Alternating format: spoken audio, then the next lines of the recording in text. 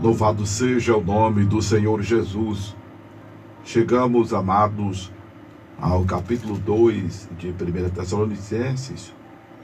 Eu vou me estender até o capítulo 3 deste livro, porque esses dois capítulos é a narrativa de Paulo acerca do seu ministério entre os tessalonicenses.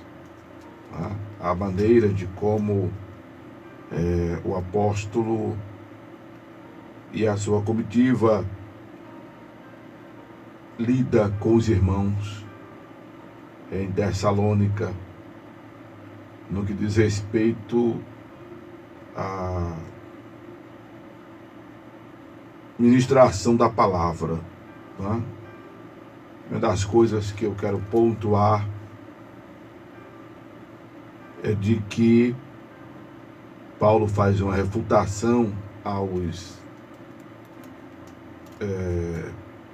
prosélitos, aos judeus que se converteram ao evangelho, mas mantinham em todas as igrejas aquela mesma motivação errônea que exerceram entre os coríntios, querendo catequizar os irmãos ao judaísmo, os irmãos gentios, os irmãos gentios. Lembrando que o gentio é não ter sangue hebreu correndo na veia. E queriam que os irmãos se circuncidassem, guardassem a lei, como sendo condição sine qua non para se salvar. E isso é legalismo. Obedecer com o intuito de se salvar é legalismo. Paulo vem ensinando que não é a observância à lei que nos salva, é a fé em Jesus Cristo. É a nossa fé no sacrifício vicário, expiatório de Jesus. A obediência, Paulo trata como termômetro da crença, da fé, do compromisso, do temor. Paulo não abre mão da obediência. A gente vai observar ele dizendo na segunda carta aos Tessalonicenses que, por não obedecerem ao Evangelho de Jesus, as pessoas haverão de padecer eterna perdição.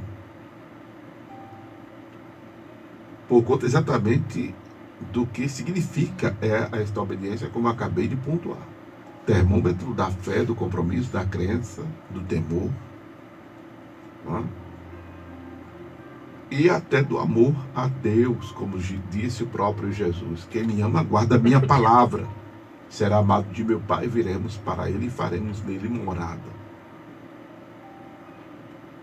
Aí Paulo tem esse problema com os judeus, que aí ele até diz, mataram o Senhor, os profetas, perseguem a igreja, não agradam a Deus, são contrários a todos os homens, os impedia de pregar o evangelho aos gentios, as palavras de salvação, a fim de se encherem sempre à medida dos seus pecados, mas a ira de Deus cai sobre eles até o fim. Então, essa era uma problemática que se estendia ao longo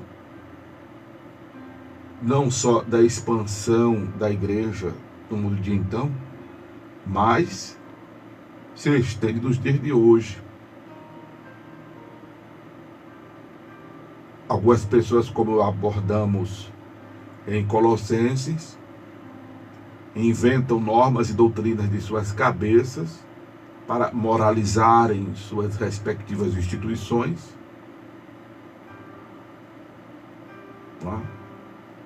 com pretexto de ter recebido de Deus uma revelação. Alguns outros pegam texto isolado da Escritura para formularem seus dogmas. E a gente observa que tanto um gesto de um como de outro, nessa linha que falei, pelo menos até então, fora outras motivações, há aqueles que inventam coisas para extorquir o povo, para ganhar dinheiro. Misericórdia. Os interesses são os mais escusos, desde os tempos primórdios, e nos dias de hoje não é diferente. Eu acompanho para me edificar até, mas eu não posso deixar de ter uma visão analisadora, como servo de Deus que sou, dos acontecimentos em nosso segmento, em nosso meio. Não é? E alguns procuram agradar a si mesmo e agradar o povo, daquilo que o povo quer. Essa era uma das coisas que diferenciava Paulo desde então, que era de não falar para agradar aos homens, mas a Deus. Capítulo 2, versículo 4. É o que eu quero pontuar nesta oportunidade. Parece que essa palavra, ela é direcionada aos pregadores. Sim, não deixa de ser. Mas é também direcionada aos ouvintes, aos pastores e às ovelhas, aos líderes e aos liderados. Que não devemos estar procurando, inclusive, agradarmos a nós mesmos, mas procurarmos agradar a Deus, inclusive. Não devemos estar em busca daquilo que massageia o nosso ego ou do que simplesmente queremos ouvir.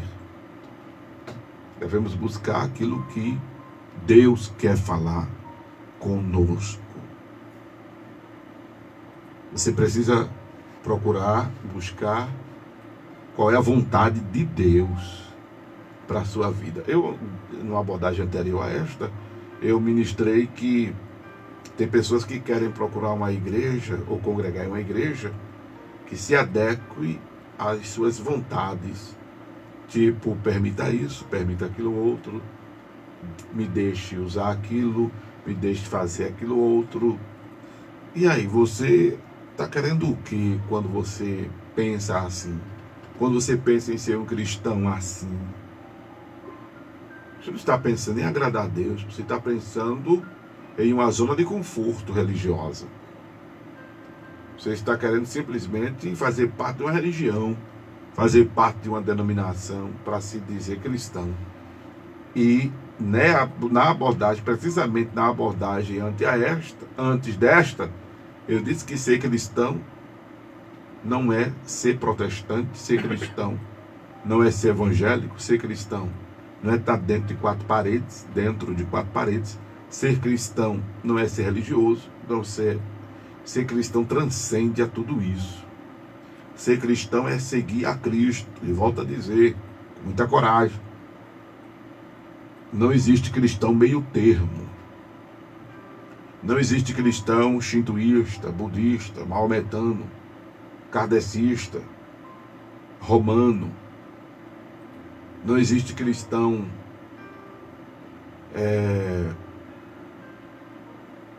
com uma outra nomenclatura oriunda do líder de um determinado movimento.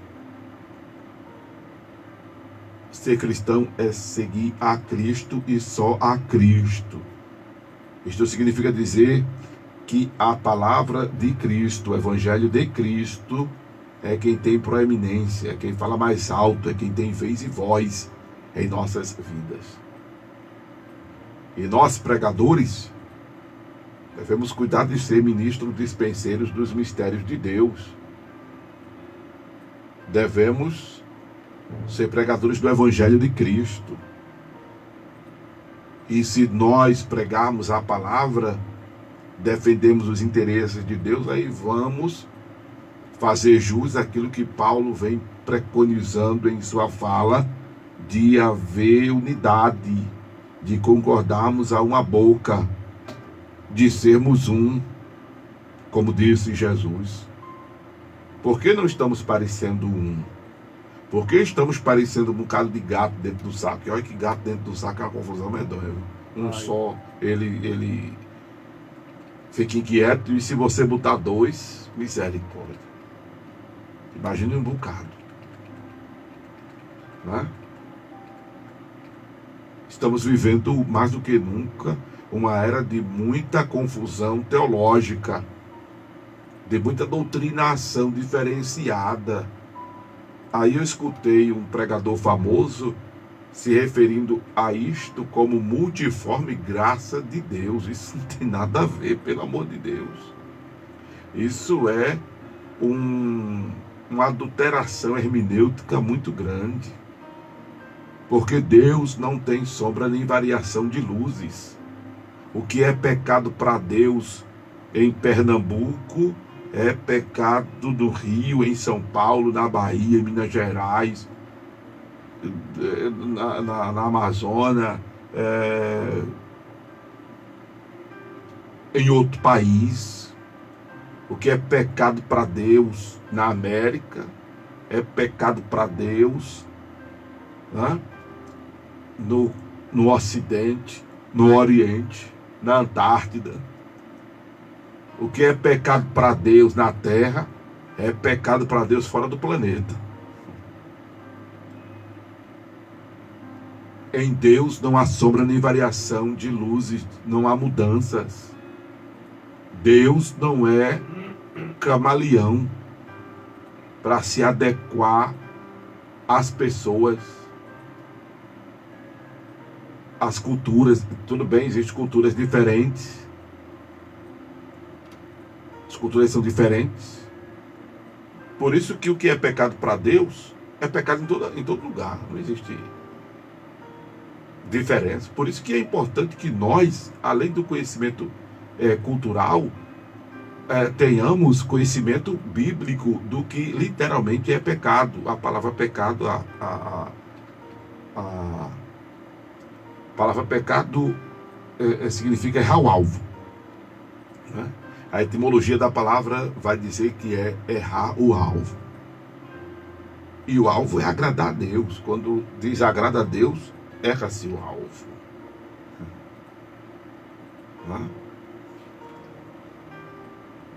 E é importante que nós, inclusive, tenhamos esse entendimento, não é para sermos flex, mas para termos a flexibilidade para com o outro, de suportamento, de atuação, de acolhimento,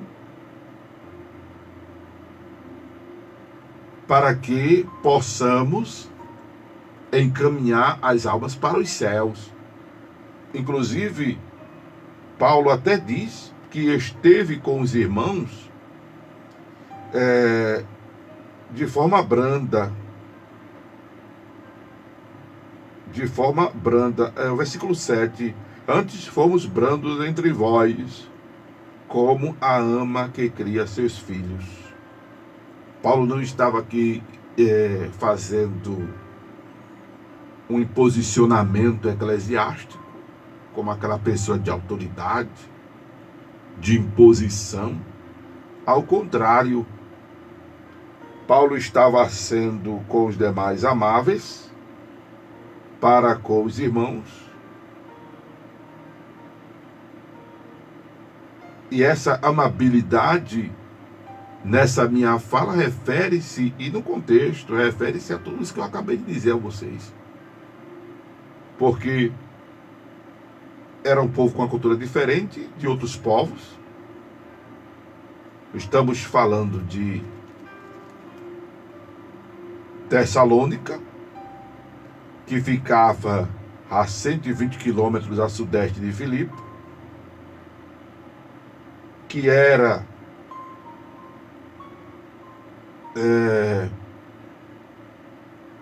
capital da cidade principal e porto da província romana da Macedônia.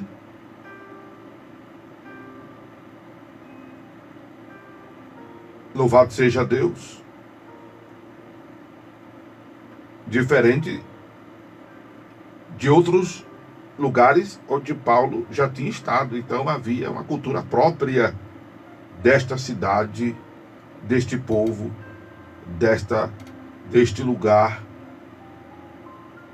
Apesar de haver uma comunidade judaica muito grande em Filipe.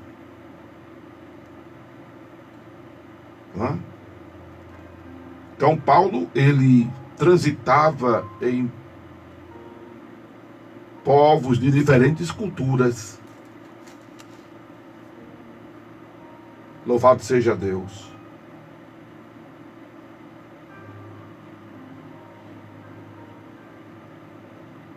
E eu achei interessante essa fala aqui. Assim vós, assim nós, sendo-vos tão afeiçoados de boa vontade, quiséramos comunicar-vos não somente o Evangelho de Deus, mas ainda a nossa própria alma, porquanto nos éreis muito queridos.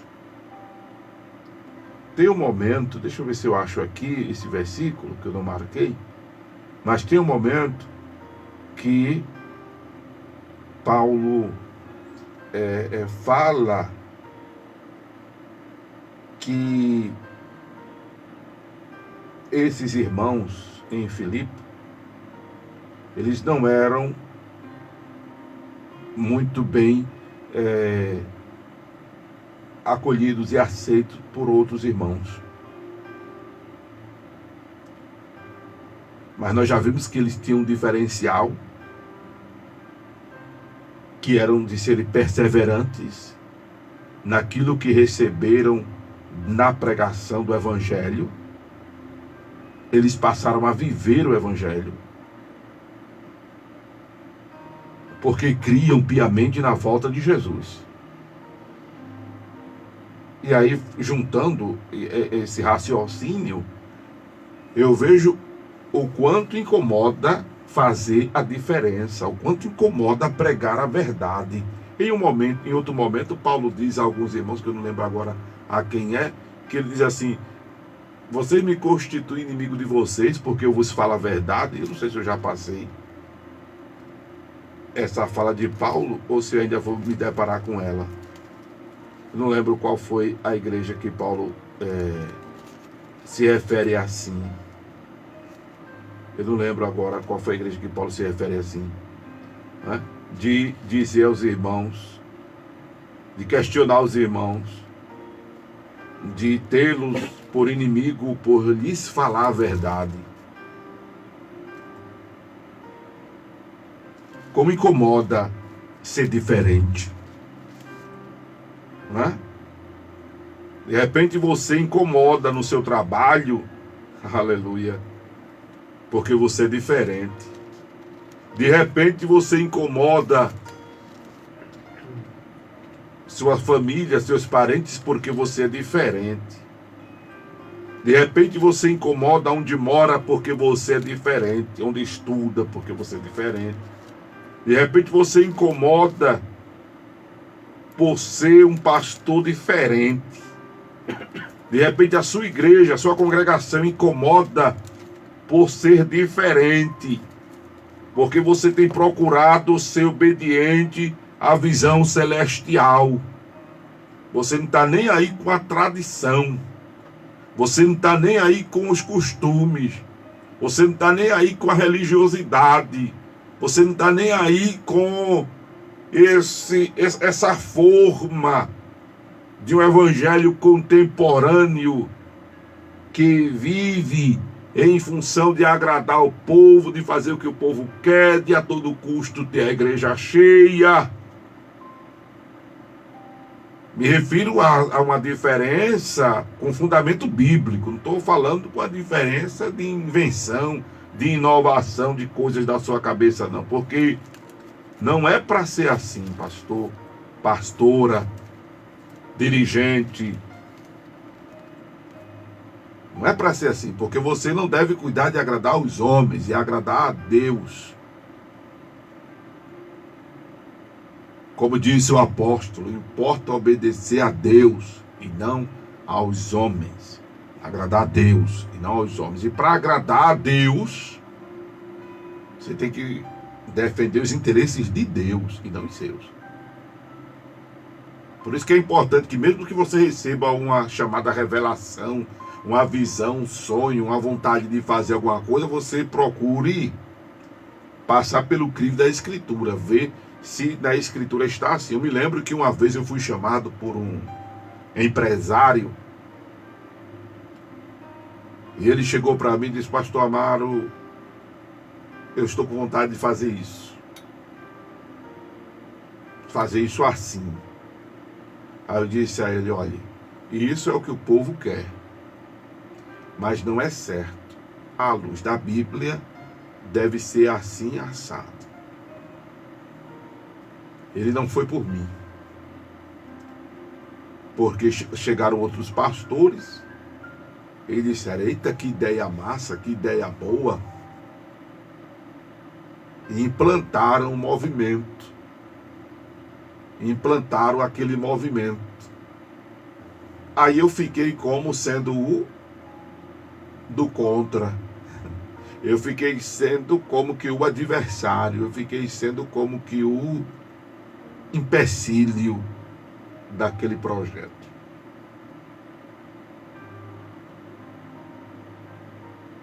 Quando o povo de Israel estava chateado com Moisés, concomitantemente com Deus, porque quem se levanta contra quem Deus levanta, se levanta contra Deus. Quem se levanta contra quem faz a vontade de Deus, se levanta contra Deus. Se você está fazendo a vontade de Deus e alguém está se levantando contra você, relaxe, porque é contra Deus que estão se levantando. E aí, irmão, quando esbarra em Deus, quebra a cara. Quem esbarra em Deus, quebra a cara. Quem brinca com Deus, se queima, porque Deus é fogo consumidor. Enquanto fulano Beltrano tem costa quente, o teu Deus é fogo consumidor. Aí, Moisés, o homem mais manso da terra, Deus disse a ele: vai lá, Moisés, e fala com a rocha. E dela sairá água, e descedenterá o povo. Vai matar a sede do povo. Mas o povo irritou tanto Moisés que o homem mais manso da terra, meu filho, perdeu a paciência. Olha, irmão, Moisés perdeu a paciência, que dirá eu. Moisés pegou a vara e da rocha. Saiu água, amigo. Saiu água. O povo bebeu, mas quem bebeu foi o povo. O povo tá nem aí pro que dá certo e que dá errado. O povo quer resultado. O povo não tá nem aí pro que dá certo e dá errado, pregador. O povo quer o que dá certo. Agradou a Deus? Não agradou a Deus. Você está atrás de quê? Do que agrada a Deus? Ou do que funciona? Ou o que dá certo? Nem sempre o que dá certo é o certo. Tem muita coisa por aí dando certo, mas não é o certo. Tem muita coisa por aí dando certo, mas não está agradando a Deus. Um dia, o que está dando certo vai dar errado. Um dia o que está dando certo vai custar caro. porque não está passando pelo crivo da Escritura, está no conceito social, está na normativa cultural daquele povo, daquela instituição, daquele grupo, daquelas cabeças. Não tem na Bíblia isso não, que a voz do povo é a voz de Deus. Isso é uma conclusão popular, preste atenção. Não está na Bíblia isso. Mas se convencionou como se fosse, porque a multidão disse: crucifica-o, crucifica-o, crucifica-o. Ali era propósito de Deus, Jesus ser crucificado. Mas isso não significa que a voz do povo é a voz de Deus. Isso não tem na Bíblia, preste atenção. Aí você vai pela Bíblia, aí é diferente. E o quanto isso incomoda, não é brincadeira. O quanto isso incomoda não é brincadeira. Louvado seja Deus. Eu estive conversando com um colega pastor esta semana, fazia tempo que nós não nos víamos, né? E ele foi assumir uma congregação em um determinado lugar. E ele disse a mim, quando chegou lá, ele disse: pastor Amaro, a situação da congregação estava complicada. O templo estava abandonado, o povo fazia o que queria, estava mal bagunça. Inventaram até umas normas por lá, criaram um documento à parte para reger as coisas, estava uma bagunça. Eu fui convidado para assumir aquela congregação, e aí eu disse: agora, ele dizendo, o colega, disse para o grupo: agora essa igreja tem um pastor. Aí começou a botar as normas bíblicas, começou a botar a casa em ordem. Poxa, o que chegou de gente para ele dizendo que estava entregando o cargo não era brincadeira, né? Porque o fazer a diferença à luz da Escritura incomoda.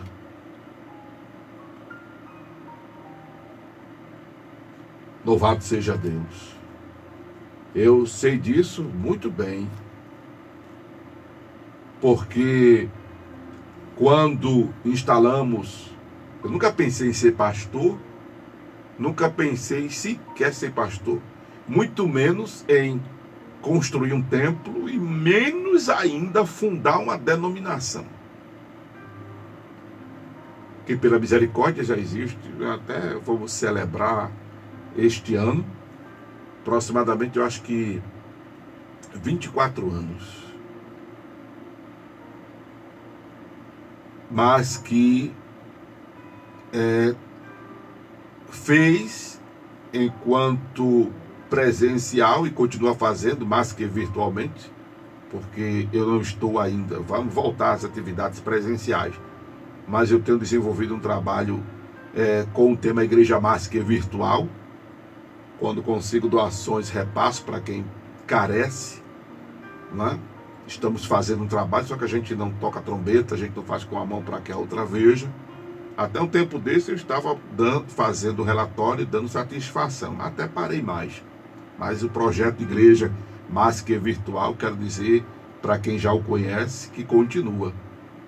Continua. Eu não vou dizer aqui o que a gente faz, porque tem gente que chega mais para pedir que para ajudar. Mas a gente está conseguindo atender a umas 5 famílias em alguma necessidade específica, né? Como na época da Covid, nós conseguimos ajudar 10 famílias por um bom tempo com cesta básica na época.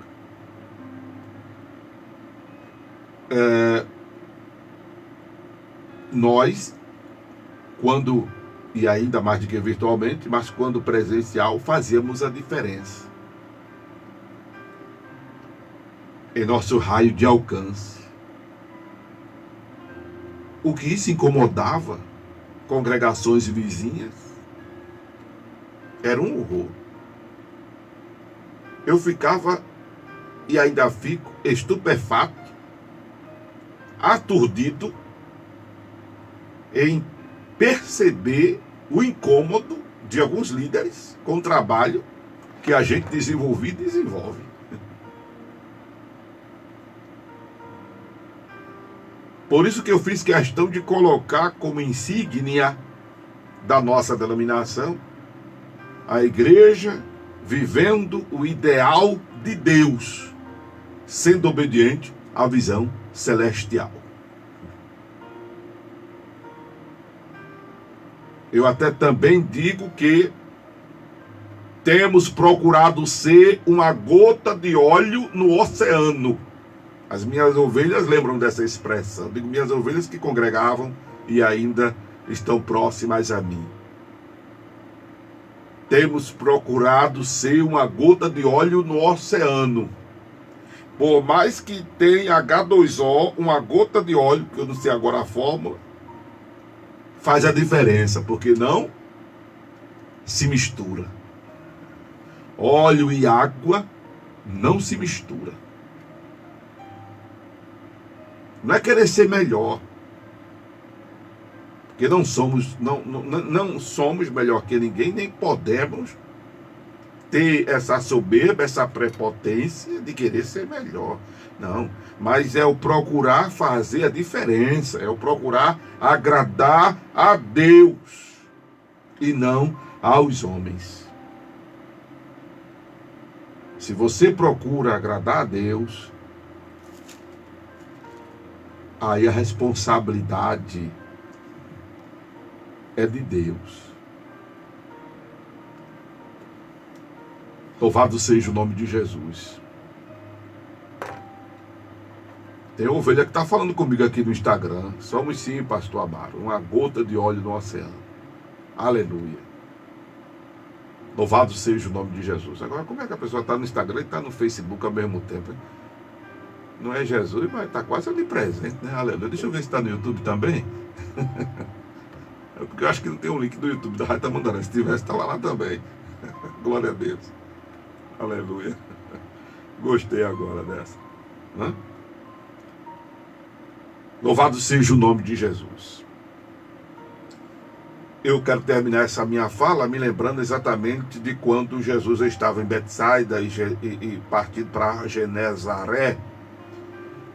Jesus disse aos discípulos: entrai no barco e partir para outra banda. Passai para outra banda. Nesse intervalo, Jesus está se despedindo da multidão, aquela que ele havia alimentado com pães e peixes multiplicados.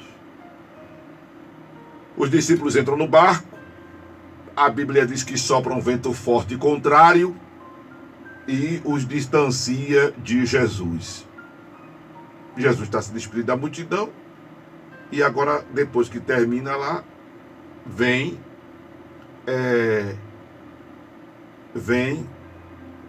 ao encontro dos discípulos. Porém, não houve uma tempestade. A tempestade os distanciou. Aí Jesus vai ao encontro deles, andando por sobre as águas. Jesus vai ao encontro deles, andando por sobre as águas. Aleluia. E aí, quando os discípulos estão ali vendo Jesus, pensam que é um fantasma.